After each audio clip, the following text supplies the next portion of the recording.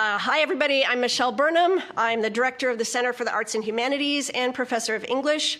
The CAH team also includes Associate Director in History Professor Amy Randall and Manager Britt Kane. So on behalf of all of us and the College of Arts and Sciences, which supports the CAH, welcome to today's event.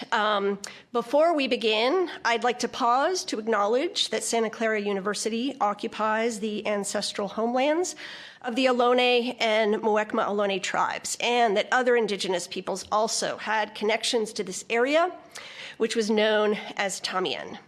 We recognize that colonization and missionization forever changed the Ohlone way of life, and that the Ohlone resisted and continue to resist those forces.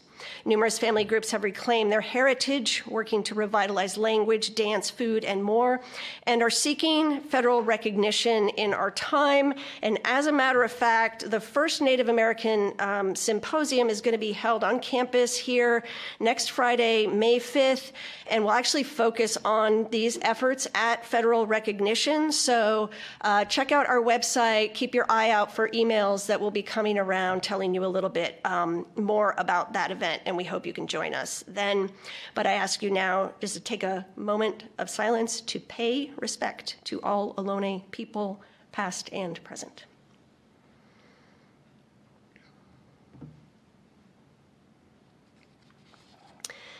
This event today is part of our Faculty Fellows series, and we are grateful to Tony Hazard, who is one of our center fellows, also ethnic studies professor, for extending the invitation to Kyle Mays and helping to organize this event. Due to unforeseen events, Tony's unfortunately unable to be here right now. In his place, I am deeply grateful to my colleague Aaliyah Griffin in the Ethnic Studies Department for introducing Kyle, and I will be back to moderate the audience Q&A following his talk. Thanks, Aaliyah. Hi, everyone. I'm so excited to introduce Professor Kyle T. Mays. He identifies as Saginaw Chippewa and is an associate professor in the departments of African American Studies, American Indian Studies, and History at UCLA. He is a transdisciplinary scholar who works in the intersecting fields of urban history, Afro-Indigenous Studies, and contemporary popular culture, including music. His first book, Hip Hop Beats, Indigenous Rhymes, Modernity, and Hip Hop in Indigenous North America, came out with SUNY Press in 2018. The book occupies the nexus of hip hop studies, indigenous studies, and critical ethnic studies, and argues that indigenous people use hip hop culture to assert their sovereignty, challenge settler colonialism, and reconstruct ideas of progressive masculinity. More recently, he published City of Dispossessions, Indigenous Peoples, African Americans, and the Creation of Modern Detroit with the University of Pennsylvania Press in 2022. City of Dispossessions is a cultural, intellectual, and social history that argues that physical and symbolic forms of dispossession of Native Americans and African Americans and their reactions to dispossession have been central to Detroit's modern development. In between these two books, Kyle also published an Afro-Indigenous History of the United States, which came out in 2021 with Beacon Press. This book is available as an ebook through our library, so I want to make sure everybody knows that too. This book argues that anti-Blackness and settler colonialism are parallel oppressions that have been central to the founding of the United States. In it, Mays tells a story that reaches from the colonial era until today, a story that also imagines the powerful possibilities of Afro-Indigenous solidarity. Kyle's talk today will be drawn from this book, copies of which are available also for purchase in the back of the room and for signing after his talk. We are so honored and thrilled to have you here today. Thank you so much for your time. Please join me in welcoming Professor Mays.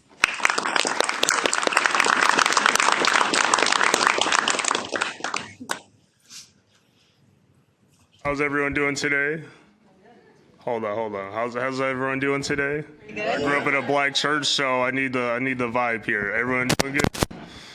Y'all good? Okay, it's a little warm in here, but we're gonna make it happen anyways. We need those Martin Luther King church fans, if y'all know what I'm talking about from back in the day. So thanks for the introductions, and thank you to everyone who hosted me, especially the staff. Shout out to the staff, always doing, Britt over here, always doing the Lord's work, as we like to say, and making sure universities function. Staff all the way to administration, all the way down to people cleaning up after, whether they're picking up trash, cleaning up after us. So shout out to the staff and workers who make universities run. So today's talk, I can't help myself. I was going to talk and draw from the book, but what I'm going to talk about today has nothing to do with the book. So it's brand new material that I'm working through, where I'll be working on it for next year. So I always appreciate audiences that are generous in feedback. I don't appreciate hate. If you're going to be a hater, you can walk out now. It's cool with me. But it's just simply to learn with each other. I like co-learning and co-working with people. So questions that out of curiosity are completely fine. But anything that's like violent epistemically or anything or otherwise is unnecessary. We're here to talk about freedom, solidarity, the contradictions of those things, and where do we go from there. So this is me thinking out loud right in front of you, sharing a certain sense of vulnerability, which I hope you all appreciate. Am I allowed to do that with you all? Yes. Appreciate y'all. So here are some themes I'm going to try to cover today. See if this clicker, boom, okay. Decolonization, right? It's often a word used in academic spaces, activist spaces, and so forth. And I think it's important. Sometimes it's a bit overused. And when I mean decolonization, I literally mean returning land to indigenous peoples. Literally.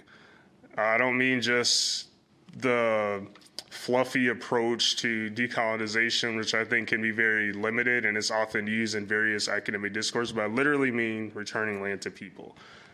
Indigenous sovereignty, right? So the ability for indigenous nations, including the Ohlone who occupy, whose ancestral lands are here, for example, have the ability to be free, live in a self-determined manner, at their own discretion, right? Often that's very difficult to do within the context of a settler colonial society, which is to say settler colonialism. Y'all have heard of this term? Okay, so if you haven't heard of the term, it's simply this. Europeans came over to a particular space, what became the United States. You could say Canada, you could say Australia, you could say Zimbabwe, South Africa, Central and South America. You could even say even before then, parts of like Ireland and so forth, right?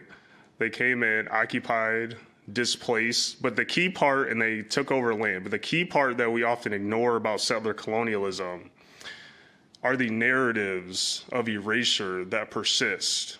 For instance, think about what you learned in high school or middle school when it comes to Native peoples. It doesn't even matter where you are in the world. Just think about it. Sit with that for a second. If it's U.S. context, maybe it ended in like 1890 with Wounded Knee. If you learn that at all, right? What did you learn about the 20th century? What did you learn about the contemporary, whatever the contemporary is? No ageism towards anyone, but we got different ages here. So the contemporary could mean a lot of things, right? What did you learn and what did you not learn? It's not a fault of your own. It's the process of colonialism to perpetually remind us that indigenous people no longer exist, which of course is not true, but that's the whole point of colonialism. So there's a taking of land, of course, and there's the narratives that persist. So for instance, if I said, where did the majority of indigenous peoples live? Something I asked my students on the first day of class, they might say Arizona, the Southwest, and so forth. But I remind them that over 80% of indigenous peoples live in metropolitan statistical areas or cities, right? Some sort of urban area. But we often think of indigenous people that we live in faraway reservations, and there's nothing wrong. I still have cousins who live on the res. My aunties have moved back from Detroit back to the res post-2000, but the majority live in cities, right? So if you remember nothing I say today, where do the majority of Native peoples live? Cities, urban, metropolitan statistical areas, to be very official according to the census. I'm also going to talk a great deal about reparations, which I'll get into. Notions of Black belonging. There's a contradiction throughout Black history at times, not always, and I'll show some relationship building about Black freedom, the relationship between Black freedom and Indigenous sovereignty. Keep that in mind. For the students here, Black freedom and Indigenous sovereignty. Sometimes it's like this, right? It's like Tank Davis giving that body shot to Ryan Garcia, if you're into boxing and watched that over the weekend, or at least seen that on social media somewhere. And solidarity, I'll end talking about solidarity, but I want us to sit with the question of why should Black and Indigenous peoples be in solidarity in the first place? Obviously, for personal reasons, I believe it. For political reasons, I believe it. But we have to sit with the question, because that question, often we don't sit with, we just assume that people should be in solidarity instead of really sitting and thinking about what that actually means, what that looks like at a particular historical moment, and what that can look like going forward in the aftermath of settler colonialism and white supremacy. But I want to first begin with my great-grandmother. This is the sketching here on my dad's side. So she was a Saginaw Chippewa woman who traveled. Let me press play to make sure I'm keeping track of time. She traveled to Detroit from the Saginaw Chippewa Reservation in the spring of 1940, and shortly after her arrival, she was 16 years old, mind you, 16. We don't really know why she came to Detroit. There's some rumors, but we're not really certain. For whatever reason, she didn't exactly want to talk about it. And she married an African-American man, my great-grandfather, Isaiah Mays. They had these 9 Afro-Indigenous children in the city of Detroit.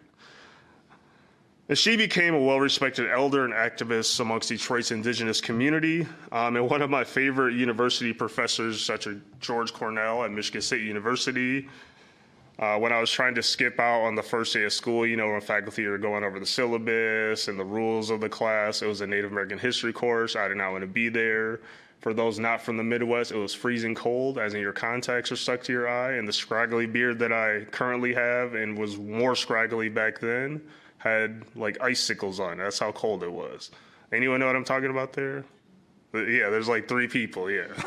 You don't have to deal with that cold. But he called me to the front after class and said, Mays, I worked with your grandmother on these things, and she didn't take shit from nobody. So I was always fond of that particular statement from him.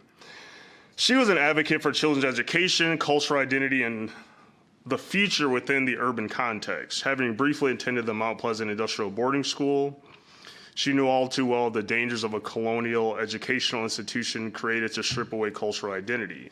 She understood what Frantz Fanon understood, that indigenous cultures, quote, under colonial domination, is a culture under interrogation whose destruction is sought systematically. She co-founded what was called Detroit's Indian Education and Cultural Center in 1974. She also testified before Congress in April 1974 regarding indigenous children in the foster care system, which is still under interrogation and would be a major blow to tribal sovereignty, what is the acronym is ICWA, or the Indian Child Welfare Act. I'm sorry, the Supreme Court. And according to her children, she always had kids around at their house, and it's a legacy that she passed on to her daughters and to her children. So this here is a sketching of my Aunt Judy at the podium and my Aunt Linda holding the bear. And my Aunt Judy was the founding of the 3rd ever public school with an indigenous curriculum called Medicine Bear American Indian Academy in 1994. And it came on the heels of the Afrocentric, culturally relevant educational movement in Detroit in the 1980s. And the Black community very much supported this particular school. And when I talk with people who went to the school, went to Medicine Bear, they still show a lot of love to my Aunt Judy, and we're very thankful for that. And what I learned from my Aunt Judy and my great-grandmother is that their example is that big and small, you must always resist and be in community while dealing with oppression. And the point of being in community is to also create spaces of safety, fellowship, or what I would call urban indigenous infrapolitics. As historian and my colleague Robin D.G. Kelly argues, quote, the submerged forms of resistance, theft, foot dragging, the destruction of property, or more rarely in open attacks on individuals, institutions, or symbols of domination. Drawing from anthropologist James C. Scott, Kelly utilizes the concept of infrapolitics to, quote, describe the daily confrontations, evasive actions, and stifled thoughts that often inform organized political movements, end quote. My great-grandmother, my aunties, and other indigenous activists in Detroit use a host of everyday forms of resistance, from forming institutions to protesting racist textbooks at school to making safe spaces for children. Urban, indigenous, working-class people always resisted. My mom is African American, and her side of the family is from Cleveland, Ohio, via South Carolina and Georgia. We don't know a great deal about where they came from on the African continent, but they descended from indigenous peoples who were enslaved. I mentioned being both Black and indigenous to suggest that for at least personal identity and potential political identity and struggle, notions of indigenous identity should not exist solely within North America. It should be obvious, but just because of forced displacement, it doesn't mean that you are no longer indigenous. At the same time, displaced peoples have a responsibility to think critically to how they relate to land. As an Afro-Indigenous person, I'm committed to the liberation of Black and indigenous peoples, to working towards the aftermath of settler colonialism and white supremacy. What does this mean? It means that we must dismantle, build, and imagine our Afro-Indigenous lives outside of the limitations of the colonial gaze. It means Afro-Indigenous people who visibly look Black like me don't have to worry about police brutality, don't have to worry about if you're indigenous enough or not Black enough. It means that the afterlives of indigenous dispossession and African enslavement end. It doesn't mean the contradictions of, for example, patriarchy or transphobia end, but that we value the humanity of all people and have restored proper relations with non-human species. And ending racial colonial capitalism as we know it must be a part of that discussion. I write, breathe, and wake up thinking that if not in my lifetime, perhaps the next generation, they will enjoy freedom. But what is freedom to me? And I share the thoughts with the great songstress Nina Simone. Y'all know who Nina Simone is, correct? Double checking. Also, if you haven't check out the 500 greatest singers of all time list from Rolling Stone. There's some craziness going on, and I don't know what age these people were who created this. Well, what's free to you? What's free to me? Yeah. Same thing it is to you. You tell me. No, you tell me. No. Because I have to talk to you for such It's just a feeling. It's just a feeling. It's like, how do you tell somebody how it feels to be in love? How are you going to tell anybody who has not been in love how it feels to be in love? You cannot do it to save your life. You can describe things, but you can't tell them. But you know it when it happens. That's what I mean by free. I've had a couple of times on stage when I really felt free. And that's something else. That's really something else. Like like, I'll tell you what freedom is to me. No fear. I mean, really, no fear. If I could have that half of my life, no fear. Lots of children have no fear. That's the closest way, that's the only way I can describe it. That's not all of it, but it is something to really, really feel.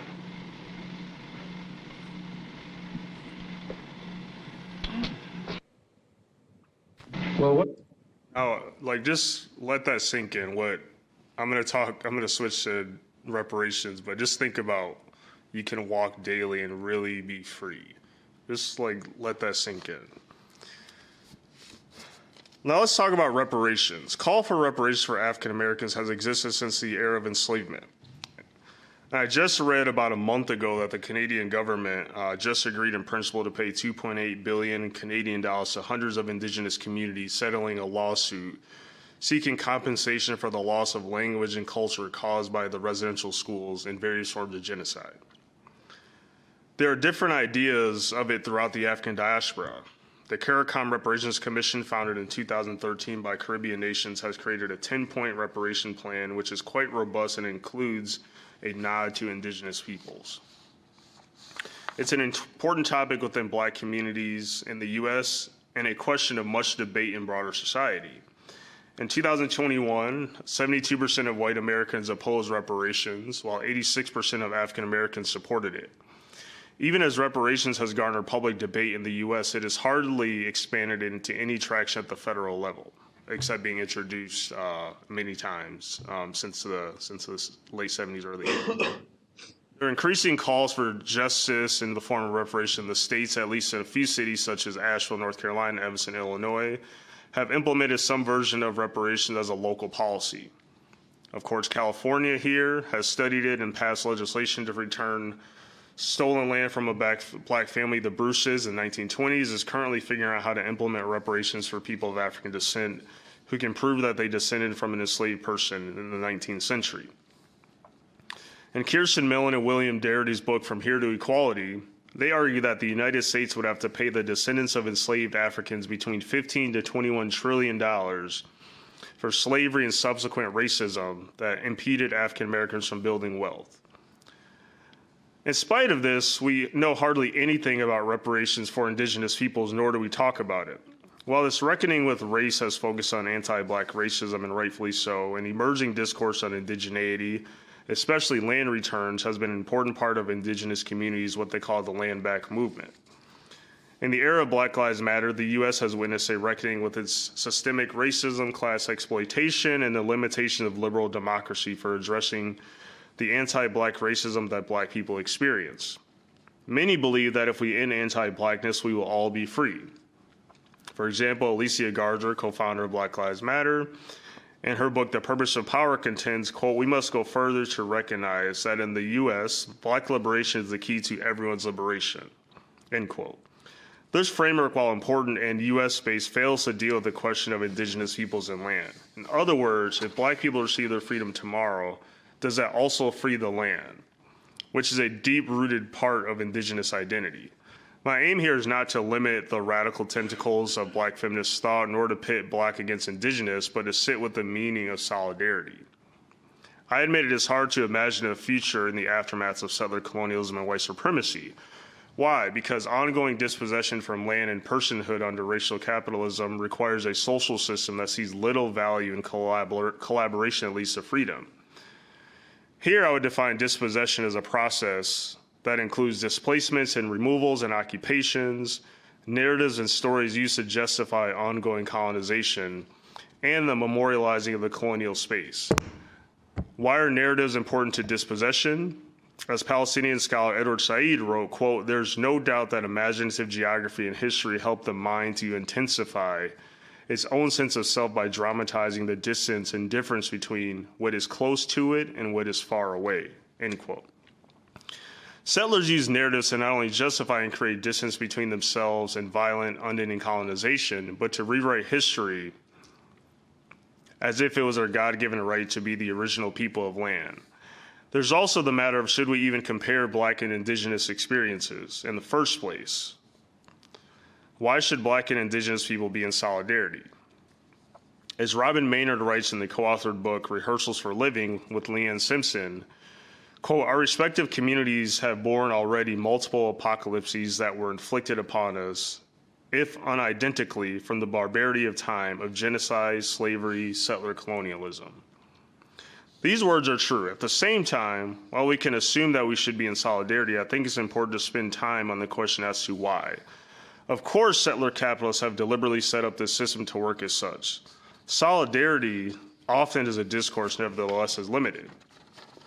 Charles Hamilton and Stokely Carmichael discussed what they called the myths of coalition in their book, Black Power, The Politics of Liberation. Though they focus on black people's relationship with liberal, labor, church, and other sympathetic groups, their questions are still relevant. Who should black people, or you could say indigenous people, be in coalition with? On what terms and for what objectives? All too frequently, coalitions involving black people have been only at the leadership level, I'm quoting them here, dictated by terms set by others and for objectives not calculated to bring major improvement in the lives of the black masses. The questions that undergird my approach and analysis on this topic are simple. What is the relationship between blackness and indigeneity? What has been the impact of settler colonialism, white supremacy, and racial capitalism on black and indigenous peoples? And what kind of world we want to build and be a part of in the aftermath of settler colonialism and white supremacy.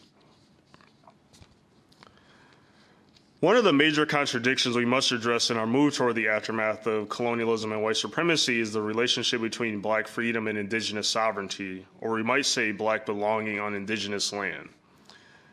As an Afro-Indigenous person, as someone deeply invested in both of these groups' liberation, I think that if we do not consider seriously about these contradictions, we won't really get anywhere. The paradox I want to explore is calls for reparations and decolonization, specifically the question of land. We can understand land in a few ways. First, notions of property were constructed through whiteness. As my colleague and critical race theorist Cheryl Harris argues, notions of property in the West were constructed through who could become property. So if you are African, you could become property. And who could not own property. That is, indigenous peoples cannot own property. This left the category of white as a main category of people, especially elite men, who could own property and not become property. As we move towards this aftermath, we might critically interrogate the meaning of justice, freedom, and reparatory justice. We must think creatively and judiciously as possible regarding Black freedom and its relationship to indigenous sovereignty. The person who had this right, I think, is Stokely Carmichael, who had changed his name to Kwame Ture. But first, let's explore land as it relates to African Americans. You've all heard of the Great Era of Reconstruction, of course, right? The era of Reconstruction after the end of enslavement was a pivotal moment for Black freedom, a momentary possibility of abolition democracy. Black people are able to vote, serve in the government, and some are able to secure land. For example, Black people in South Carolina and the islands off that coast acquired land taken from former plantation owners during the Civil War, though it was later taken from them after Reconstruction. The United States did several things to capture plantation owner land, and let's briefly go back to the Civil War. So the key thing of what we fail to do often in talking about the Civil War, of course it's about Black people getting their freedom. It's also simultaneously a major genocide against indigenous peoples happening again simultaneously. So we as historians need to do a better job of teaching these things as best as we can, looking at those contradictions. The U.S. Revenue Act of 1862 seized land from the Southern landowners who did not pay taxes to the Union. The United States also passed the Homestead Act of 1862. And this act provided 160 acres to any individual willing to farm that land. While not equal in practice, Sherman's order stated, quote, "Whenever a Negro has enlisted in the military service of the United States, he may locate his family in any of these settlements at pleasure and acquire a homestead and all the rights and privileges of a settler."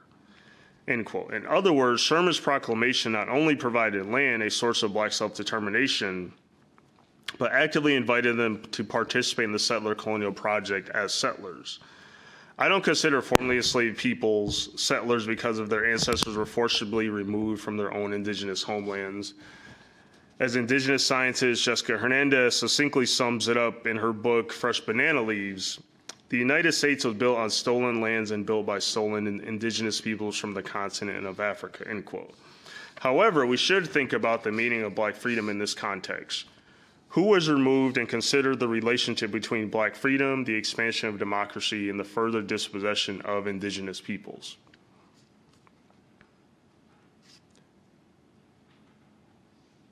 I'm going to go here.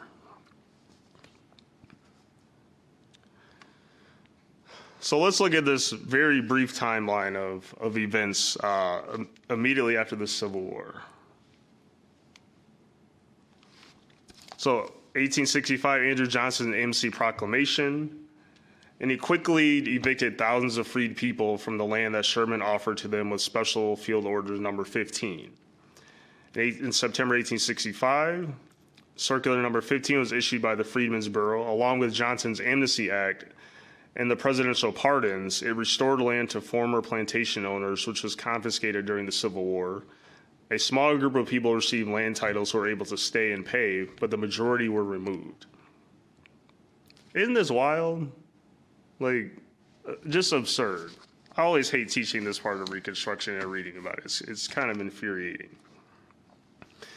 In 1866, the Southern Homestead Act It was created to give free people and white Southern loyalists the first choice of remaining public land from the 5 Southern states, and they had until January 1st, 1867 to do this. In March 1867, Thaddeus Stevens, one of the radical Republicans, those former Republicans back in the day, introduced Bill H.R. 29. And Section 4 of the bill outlined the process of distributing land to formerly enslaved peoples. Quote, out of the lands thus seized and confiscated, the slaves who have been liberated by the operations of the war and the amendment of the Constitution or otherwise, who resided in said Confederate States on the 4th day of March, 1861.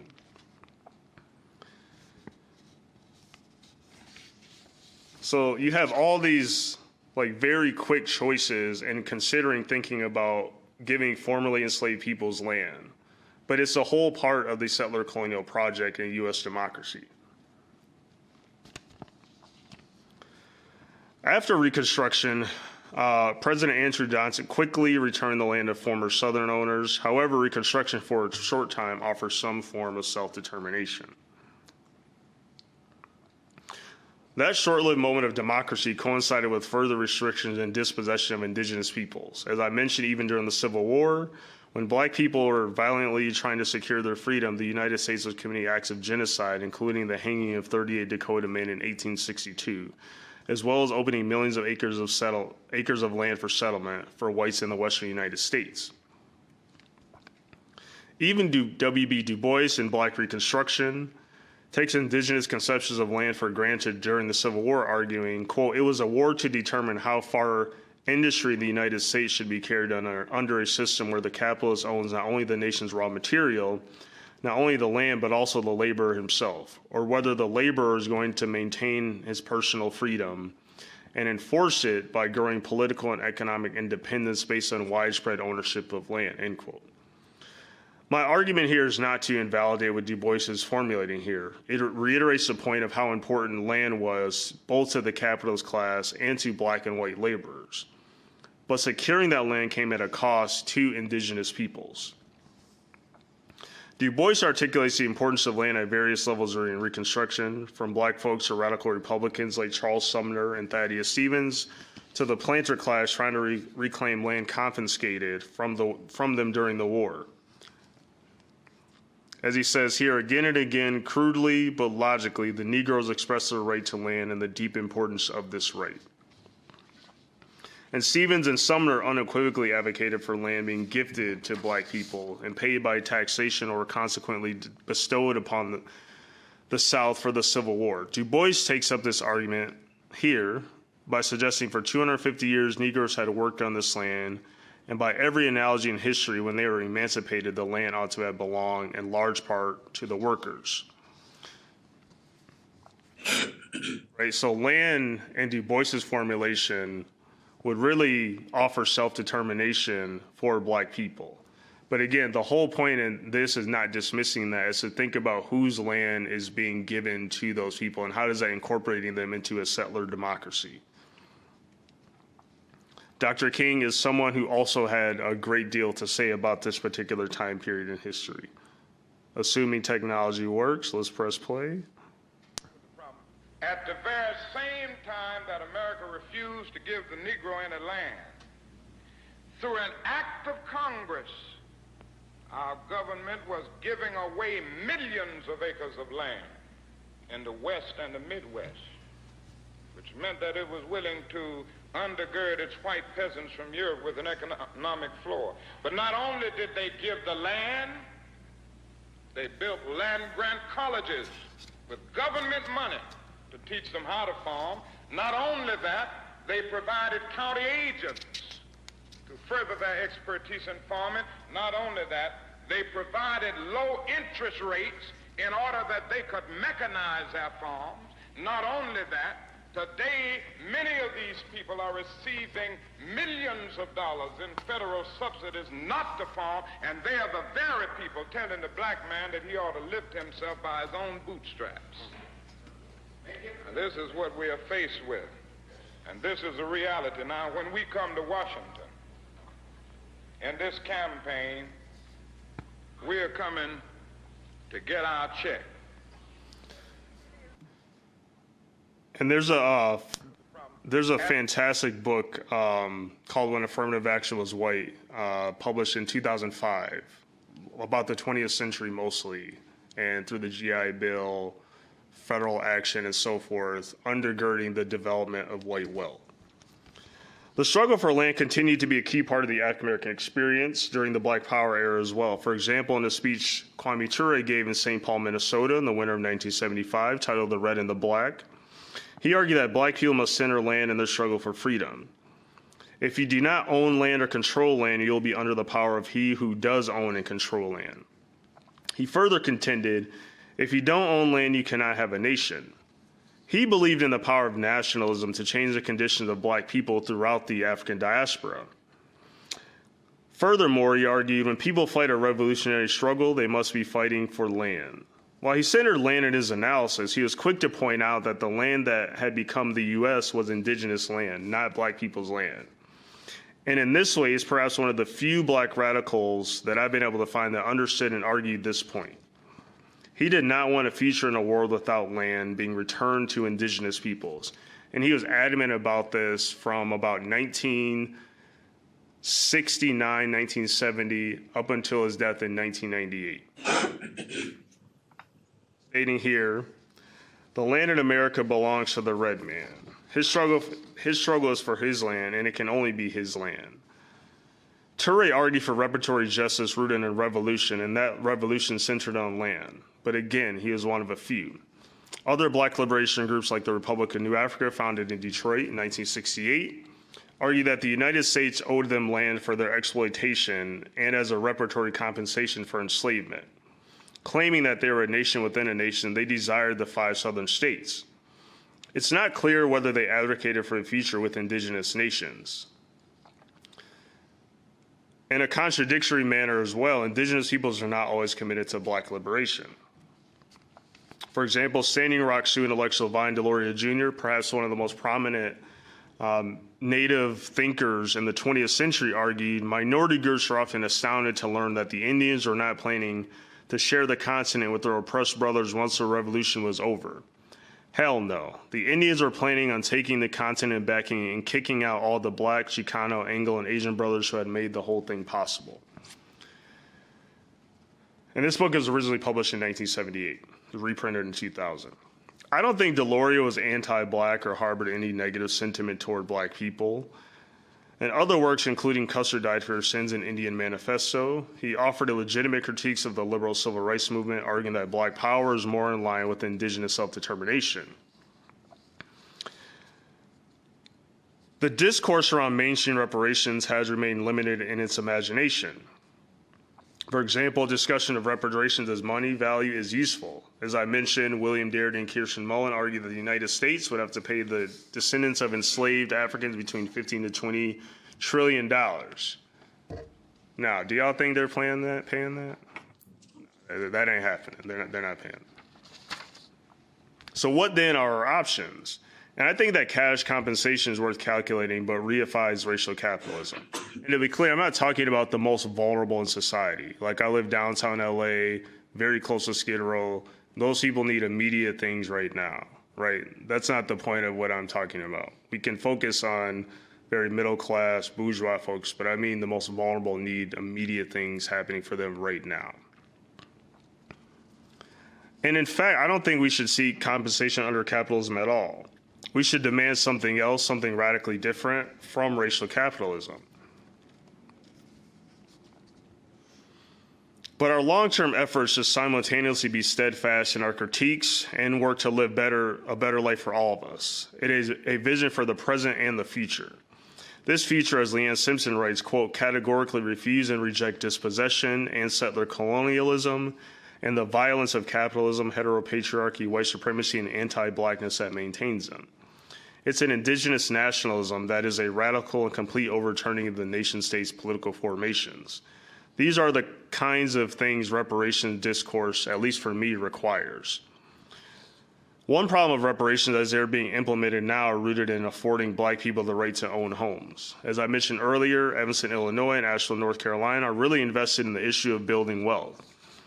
Black wealth building, or more precisely, black capitalism, is not an antidote to end racial capitalism. Representation, equity, and generational wealth aren't going to end anti-blackness, nor is it, at least for me, just. Another issue with mainstream reparation lacks a critical reckoning with the fact that the United States is a settler colonial society. Enslaved Africans were exploited on indigenous land. In a report done and research and written by a collection of people in the state of California, they argue that those who can prove that an ancestor enslaved in the 19th century would be eligible for some compensation. Another recommendation, quote, is to create forms of expression, acknowledgement, and remembrance of the trauma of state-sanctioned white supremacist terror, possibly including memorials and funding a long-term Truth and Reconciliation Commission, end quote. I agree with these outcomes. However, my major concern is how these suggestions and discourse on reparations don't even mention land. The development of California from the missions to a statehood is fundamentally a settler colonial project, and this is based on a genocide committed against indigenous peoples. In other words, what can a discourse and ideology of reparations that includes a return of land mean for both indigenous peoples and people of African descent, whose ancestors were exploited in the U.S.? Philosopher Olufemi Taiwo argues that we need a more expansive philosophical position on reparatory justice, a global distributive idea of justice in which, quote, the just world we are trying to build is a better distribution system by apportioning rights, advantages, and burdens in a better manner than the one we've inherited from the global racial empire, end quote. I find it difficult to imagine our collective future without understanding land and responsibility. I mentioned earlier that I'm Black and Saginaw Chippewa, but I'm also a member of the Bear Clan, or Makwa Dodem. Historically, we were the healers and protectors of the people. The clan system exists in many indigenous nations and explains the relationship and responsibility we have to others in our clan and our nations. And we should pursue this in a good way.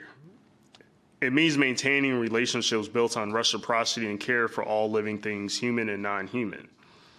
I would apply this philosophy specifically to Black and indigenous communities, for it means being in kinship with one another. It requires also centering land.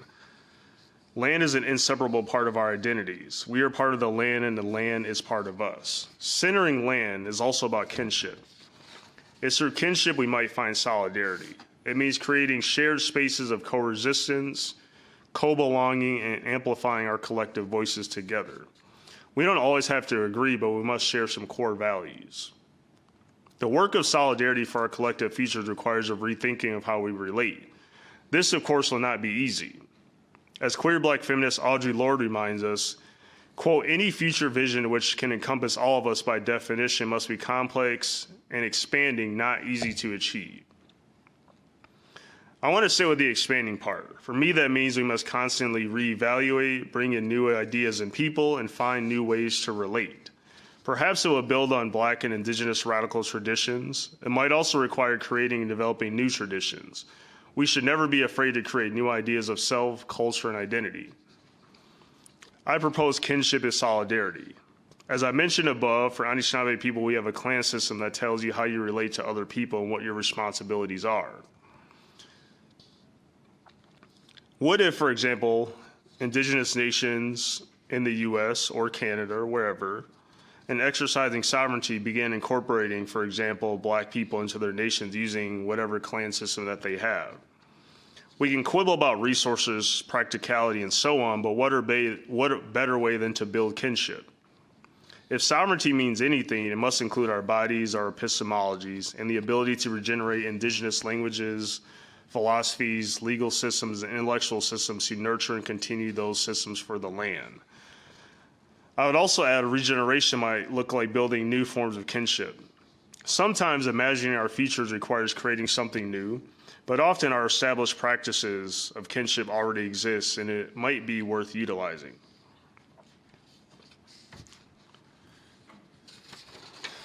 I'm going to end here with a point. Have y'all seen Black Panther: Wakanda Forever? All right, cool. So just like remember some of the things happening in there. A great possible discussion of solidarity, or the lack of imagination, was Black Panther. I like that movie a lot. When Kukulkan, I always forget how to say the name, decided to land on the shores of Wakanda, he offered friendship to Queen Ramonda Shuri to protect both from destruction from the West and protect the discovery of vibranium from the West. I loved it. I was hoping they would agree, create weapons to destroy the Western powers once and for all. Sure, the movie would have ended after an epic 45-minute battle, but they would have been taken out in the land and in the water. Obviously, that didn't happen. And I was really upset about this. I remember I wanted to throw some popcorn at the screen. Why can't our solidarity be so easy? Instead, they killed the queen, parts of Wakanda were destroyed, although it was later restored, and a defeat of a nation occurred. I understand Hollywood, but I wanted some sense of film justice, some cinematic justice. Solidarity can be a difficult term, and I understand, and just because we might share the same historical experiences, or at least similar, that doesn't automatically mean we are kin either. In other words, I ain't rooting for everybody black and indigenous, just to be clear. You know that very famous Issa Rae phrase, I'm rooting for everyone black? No, I'm not rooting for everyone black or indigenous. I want to live in a world of shared histories and intentions rooted in love and similar ideologies. But for me, we must share basic critiques that racial capitalism harms most of us.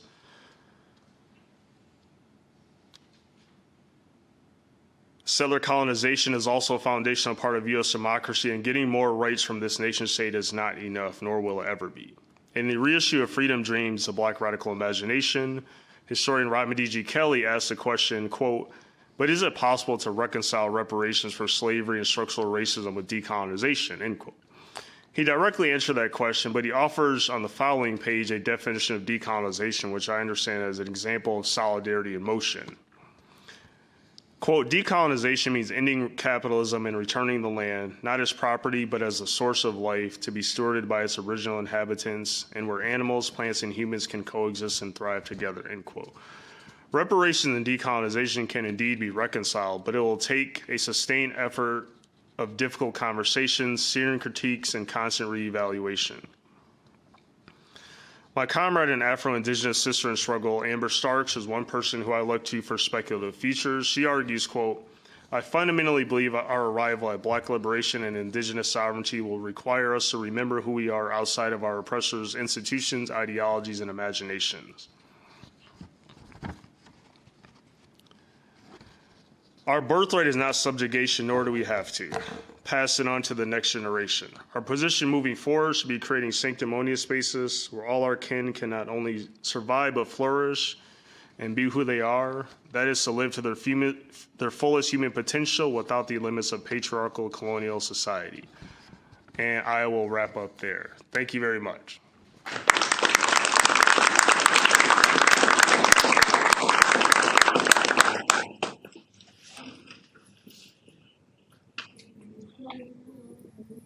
Open the floor. Otherwise known as Q&A. Please raise your hand if you'd like to ask a question.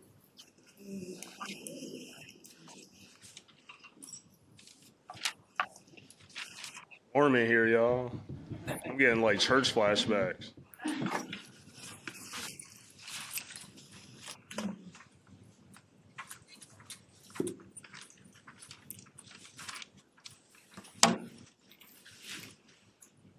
Dr. Mays.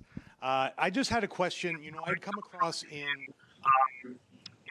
about some runaway slaves that sometimes they would join up with indigenous communities, maybe in the South or in the West, and there would have perhaps been some solidarity in those instances. So, but I haven't seen too much of that in the literature. Could you speak to that at all? Kind of like maybe an American version of the Cimarrones or the Maroons and other Caribbean islands? Yeah, I mean, it's very similar to that. That's often something that's cited, and there's some historical examples of that, but it's not as much as we would imagine. I get asked kind of similar questions to that, and we want to see that solidarity happen historically, but it certainly wasn't. And remember also, So the Seminole Nation, for example, they also enslaved Africans as well. So there's this contradiction between some of those folks allowing them to form maroon communities, but that was way less than the actual enslavement of people of African descent in their nation. But it did happen in some capacity.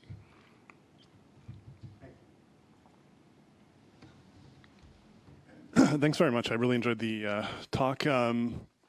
Historically, it's been very difficult to even achieve pan-indigenous coalitions. The people who've attempted to do so throughout the sweep of American history, and you would know this coming from Detroit with people like Pontiac and Tecumseh. They become targets. They meet and usually don't meet a good end. The same thing can be said, I'm sure, of Dr. King. When he was killed, he was attempting to build a multiracial coalition based on achieving very concrete political aims. Where do you see the possibilities of a forum for this?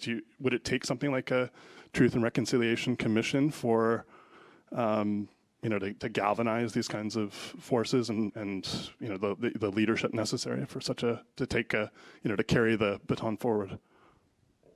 Yeah, I mean, I actually support a Truth and Reconciliation Commission to be done.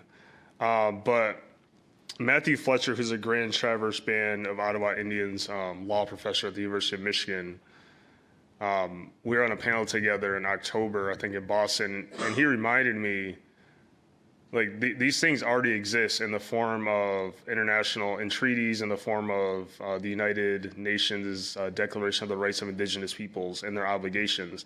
And very recently, I don't know what it means, but the Pope repudiated the Doctrine of Discovery. It's words, I suppose. I guess it's a nice gesture. I'm not mad at it. I don't really know concretely what it does to returning land. But I think some of these things are important and a good step, but I remind folks there were truth and reconciliations in a variety of South Africa, for example, and from the studies that we know, they're in some ways worse off economically because they never relinquished the economic power. The Afrikaners never relinquished the economic power to the indigenous South Africans, for example. As one example. So they're important, I think, to get some things out. But I don't know really where, based on other historical examples of truth and reconciliation, and even the ongoing one in Canada. All my indigenous comrades up there are like, this basically sucks, for lack of a better way of saying that. They're like, we have all these land acknowledgements, it's cute, it's useful, but it hasn't really led to anything substantial that as far as returning land. And so I like to be very strict about that. But I think it is an important step that should be done. I just don't really know where it goes in very material terms.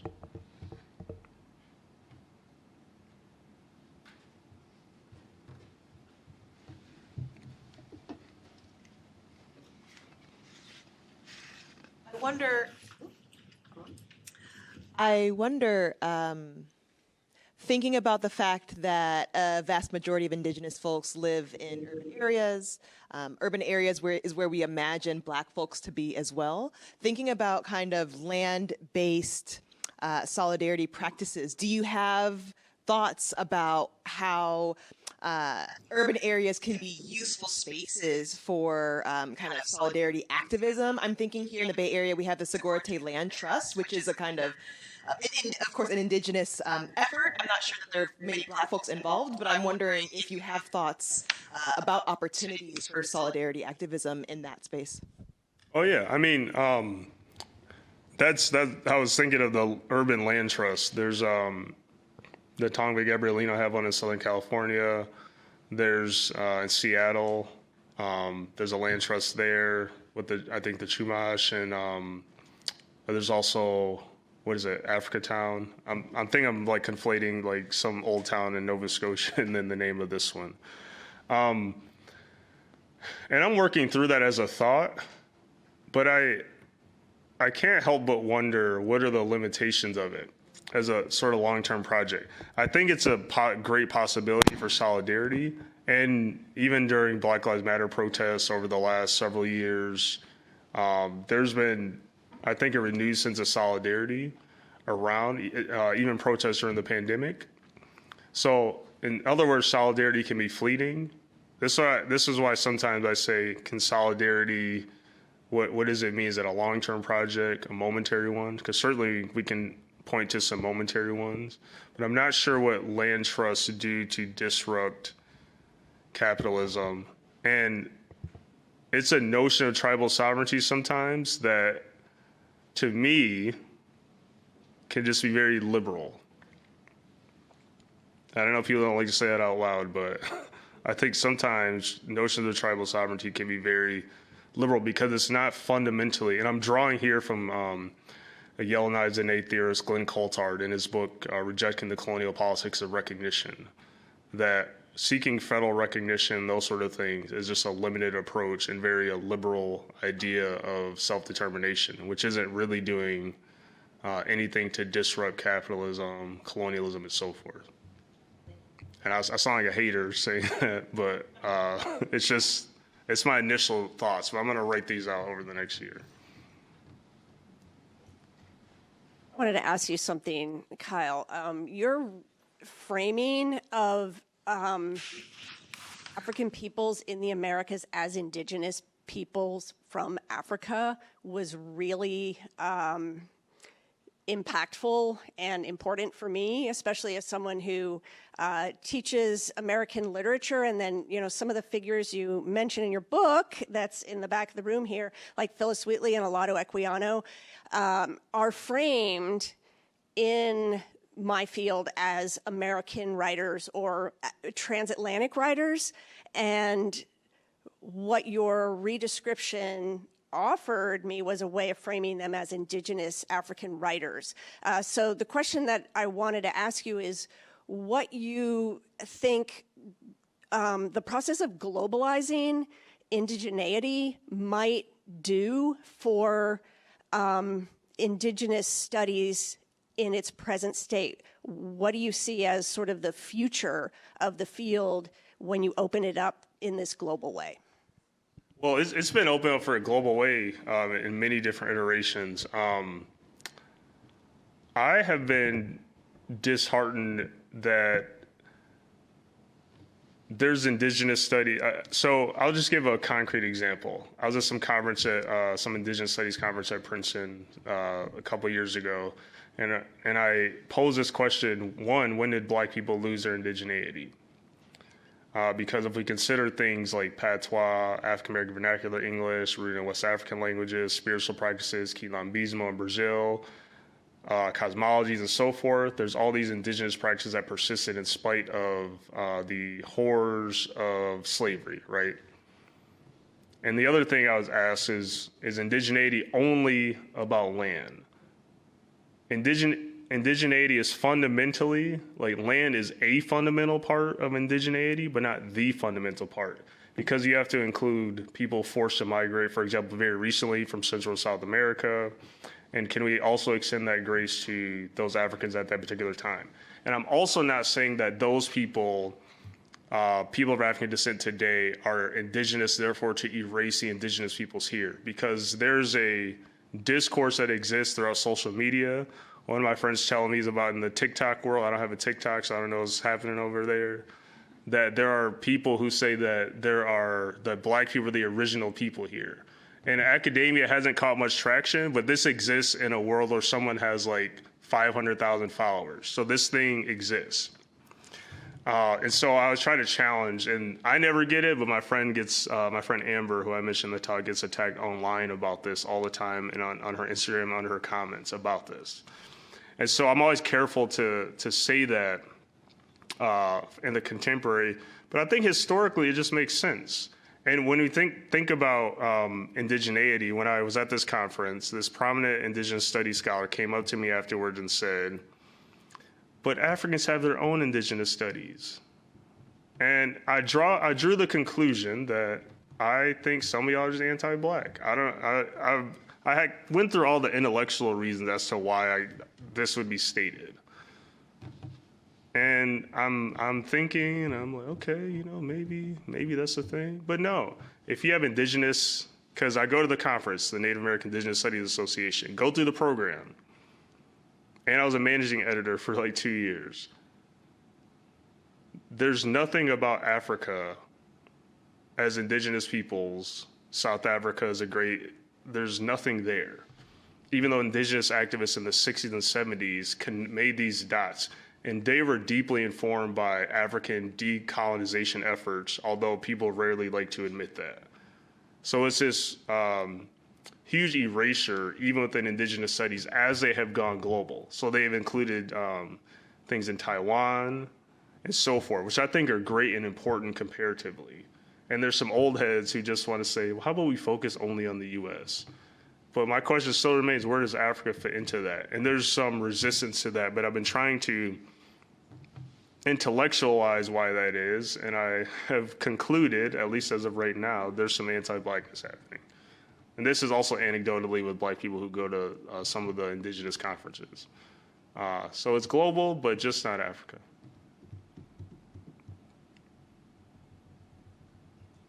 We have time for one more question, if there's one out there.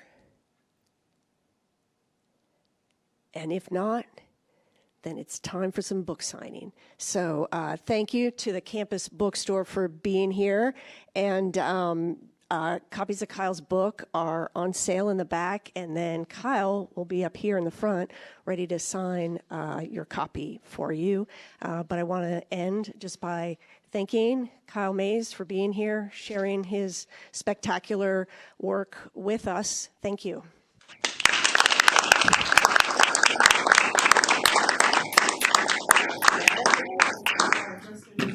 Philosophy talk? What'd you think of that?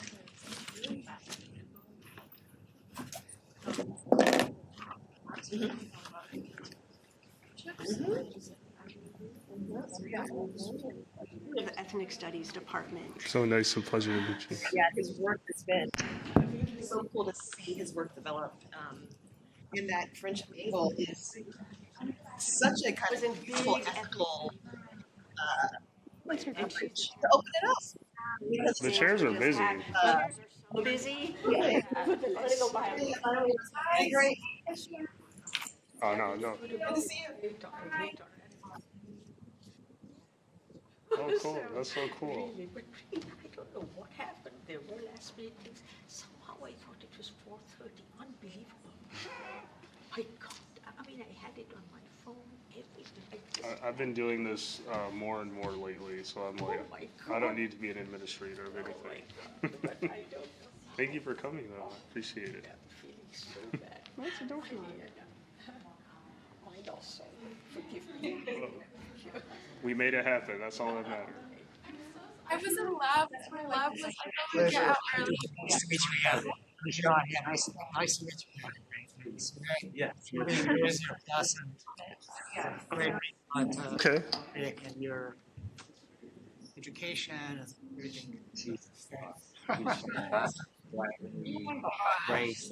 She's my angel. Yeah. I have one here.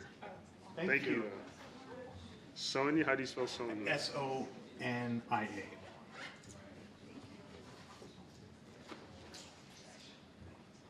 adore you. It's not say that enough.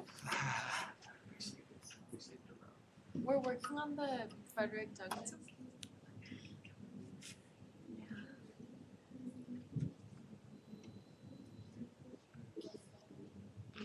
Class in the past and handling for people from that period. There's always language that we like struggle to understand, but this is like very clearly written.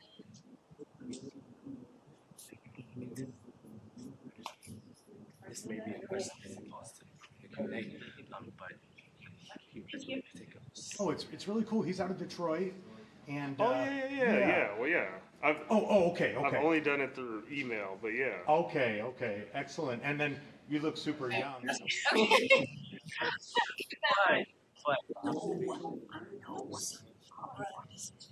those stylists. Hey, me too. So, did you ever come across like Colby Risto and? It's remarkable. Well, yeah. Oh, and so that was my undergrad. Oh, I see. I see. Okay, excellent. And discussing that with the group. Congratulations on everything and all your prolific work over the past. Yes, we met on Tuesday. We discussed our thoughts, and then we meet up again tomorrow to look at the specific slides. And I have transformative experiences. I feel like there's so